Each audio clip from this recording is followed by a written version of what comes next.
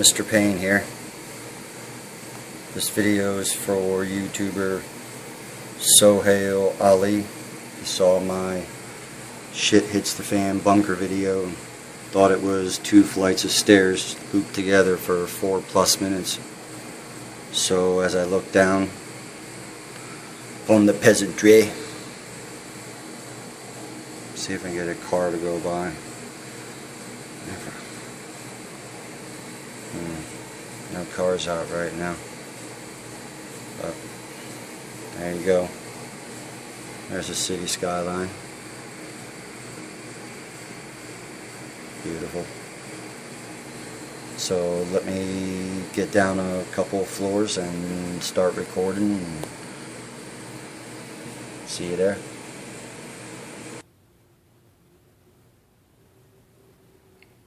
Alright, Mr. Payne back here. Here's the gray door I came through. You can see 44.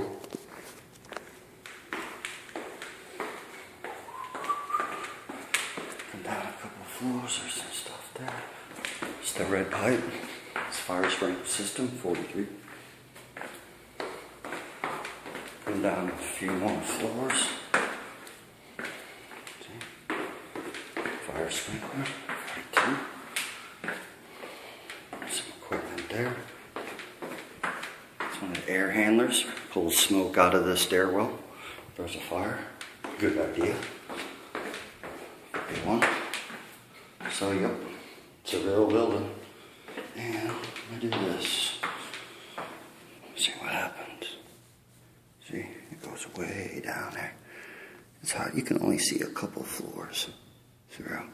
But yep, it's a real building. Nothing fake about it.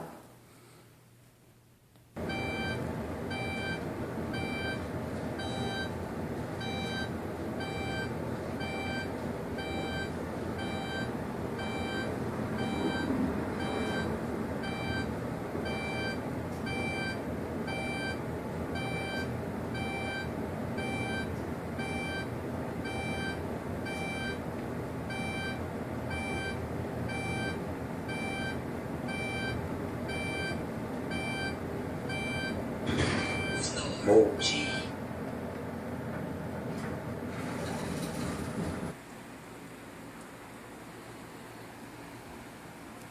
Well, you saw it.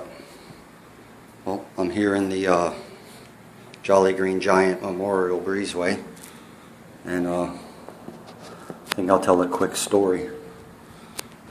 Just hold it. One of the coolest things about living in this building is a lot of interesting people come through here. Well, we had a seasonal renter. He was a retired Florida Supreme Court justice, and he was thinking about moving to the area. So he wanted to rent and check the area out before he bought here. So he was living here in the building. Let me get back out of the wind. Hold on.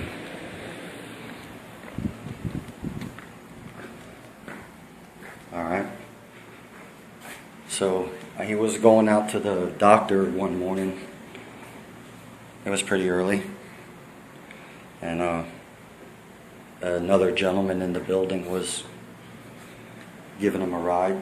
So they came down, and he was elder. He was in his probably late 70s. So while the other gentleman went to get the car to bring it around, he decided to stand there and chat with me. So he's there at the counter, and he looks down and he sees me studying, and he sees I got a law book there. And he says, "Oh, you're taking a law course?" I said, "Yes, I am." And I explained my situation to him. And he says, "Well, let me ask you, why do you want to be a lawyer?" And I said, "Well, I ain't gonna lie to you. It's you can make some money doing it, and since I wasn't raised rich, and on the poor side of middle class, it'd be nice to not leave my family that way." And he said, "Understood." And I said, "Well, another reason is there's got a lot of peasants taken the shaft repeatedly, over and over, planned, coordinated shafting of the peasantry. And he agreed. He didn't disagree.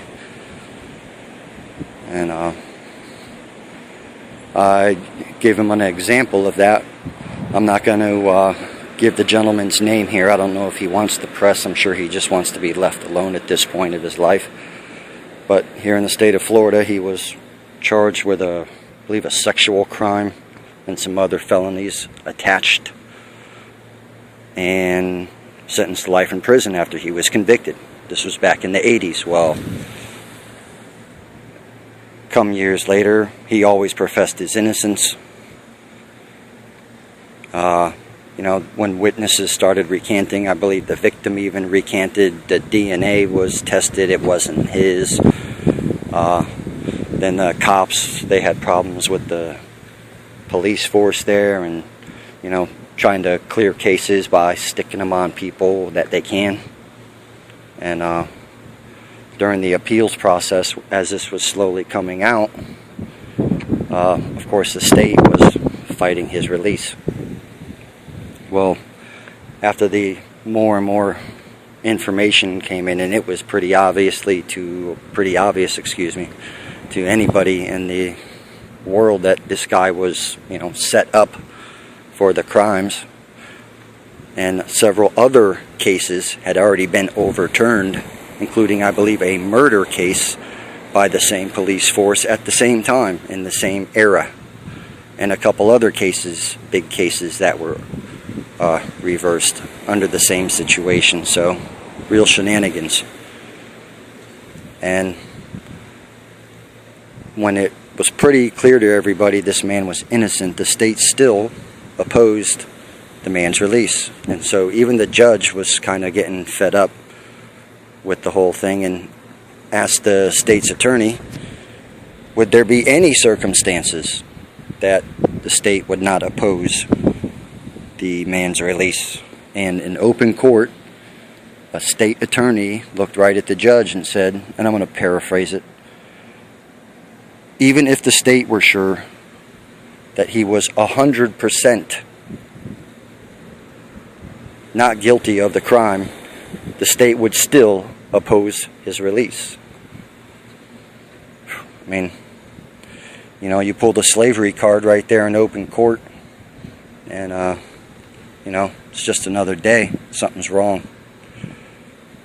And the justice was quite amused.